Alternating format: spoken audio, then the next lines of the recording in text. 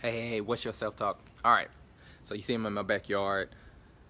This morning, I lost my keys. So I'm actually looking for my keys, and they're not outside. I got dogs inside, but something just came to me as I was just reflecting. So I woke up at 5 today and realized I didn't have my keys, and I had everything else in place. You know, when you planning on everything's gonna go good, everything's gonna be okay, and then have a hiccup thrown in your face. And I just thought it was interesting because I started reflecting on a few things this morning, and I wanted just to come and share with you, and you let me know what you think. So in the morning time, I make a habit of making sure I create quiet time so that I can think, process life, and understand what I need to do. And in doing that, I was finishing my book. If you've been following me on my page, as I've been talking about, Who Do You Think You Are by Robert Rome. And he talks about the DISC personality style. And he talked about the D, the I, and the S, and the C, why I'm a high I. And so a high I is very outgoing, very people-oriented, but, not great at details. And so I was reading more about my personality style than I was reading about my wife personality style, who is completely different from me. She is someone who is very task oriented and very detailed with why she do what she do and the reason she do things. So and that's interesting when you understand that you as a individual, you may struggle with the details of life, of doing the things, and you have to force yourself to do it. It's not exciting, it's not fun, but you need to do it. And so that's me. And when it comes to those fine details or the things that I need to do, then you're like, okay, I need to get better at this. So as I was reading that, I was dropping off my wife because I have to borrow her car so that I can find my keys.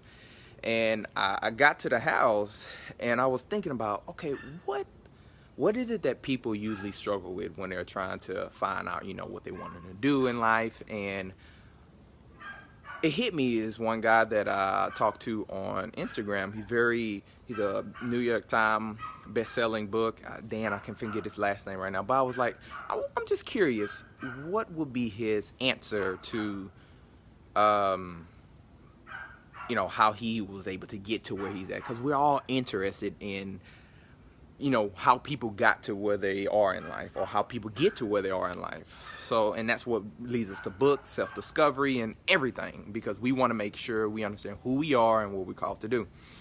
And so, as I went there, he already had something. He has this thing, ask me anything. And on the ask me anything, he had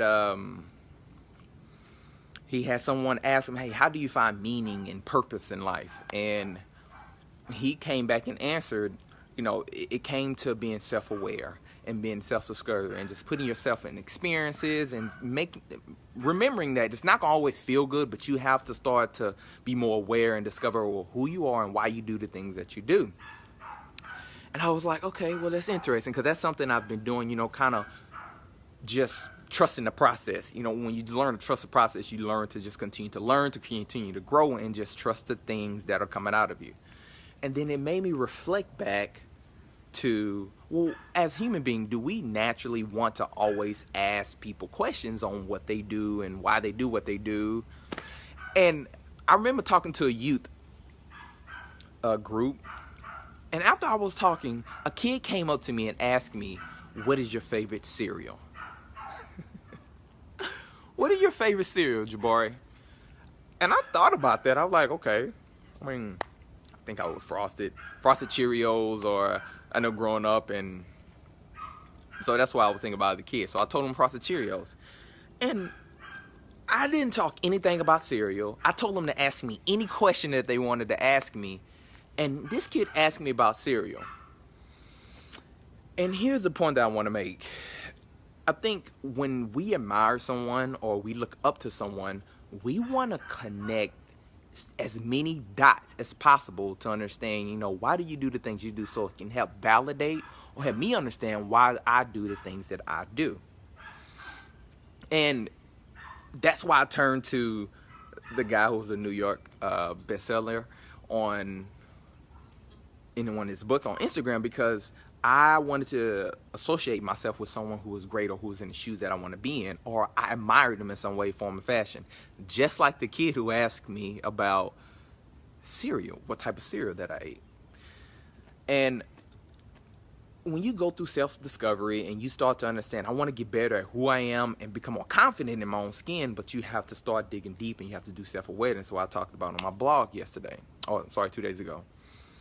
So, I don't know. I just wanted to come and share that with you, and I hope that can be something encouraging as you go through your day and maybe understand who are the people I'm associating with and what are the people that I'm looking for or looking to for advice. And I think the people who are really wise and who are making a real impact in today's life, they understand who they are, they understand what they stand for, and they understand their strength and their weaknesses. Because when you understand that, and then you can control your strength and you control your weaknesses, it's at that point you will start moving forward at a pace that others cannot understand, but you're not comparing yourself to everybody else. You're just understanding who you are, what you're struggling at, and also just continue to move forward. So, hope that's encouraging to you today. Choose to dig deep in who you are, be more self-aware, and don't doubt yourself, because you need to understand your doubts, why you doubt, where it came from, and then overcome them. Keep moving forward.